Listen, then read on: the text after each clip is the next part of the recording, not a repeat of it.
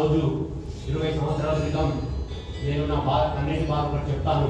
జర్నలిస్టులు ఏ రకంగా ఎంతమంది ఎలా బాధపడతారు అనేది ప్రతి ఒక్కరు అర్థం కావాలి. 2 లక్షల రూపాయలు ఆ రోజు మేము 2008లో ఈ 2 స్థలాలు కొనాలన్నప్పుడు 2 లక్షల రూపాయలు ప్రతి ఒక్కరు కట్టాల్సిన పరిస్థితి.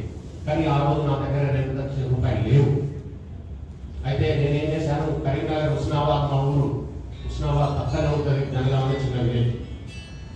ఆ హైవేకి రోడ్డు కానుకొని మా నాన్నగారికి వారసత్వంలో వచ్చిన ఆస్తి 4 ఎకరాలు నాకు ఇచ్చాడు.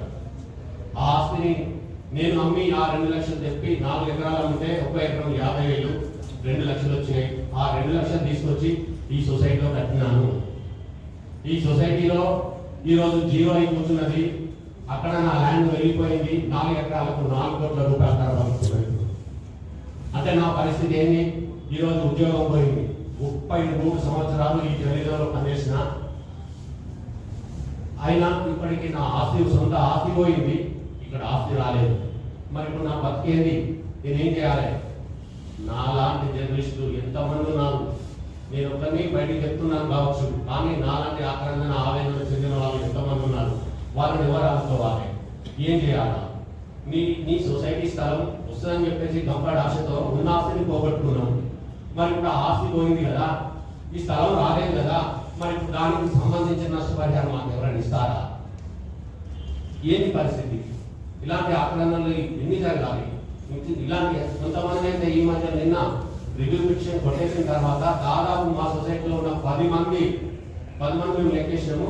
అందరూ వాళ్ళ ఆవేదన గురై హాస్పిటల్లో చేరారు. చిత్రాగారాన్ని మీకు అందరూ తెలిసే ఉంటుంది, మంచి ఆర్టిస్టు. పాపం ఆయన ఈ రివ్యూ పిటిషన్ కొట్టివేయగానే ఆందోళన చెంది ఆయన చేసిన అప్పులు ఎలా తీర్చాలి, ఏం చేయాలి, నా బతికేది అనే దానిపైన పూర్తి స్థాయిలో ఆవేదన చెంది హాస్పిటల్ చేరారు.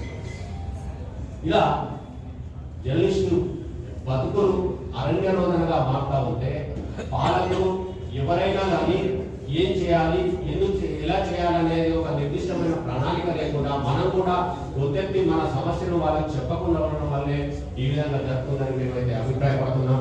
ఇంత పెద్ద 20 సంవత్సరాల పోరాటంలో కూడా ఆర్సీ సొసైటీ ఓడిపోతే ఒక్కరు కూడా స్పందించకపోవడం చాలా చాలా దయనీయం, బాధాకరం. ఎందుకు చెప్పానంటే ఈ బాధలలో ఈ సొసైటీకి లీగల్ గా మన సాగర్ కుమార్ చేసిన సహాయం అందరూ అలాగే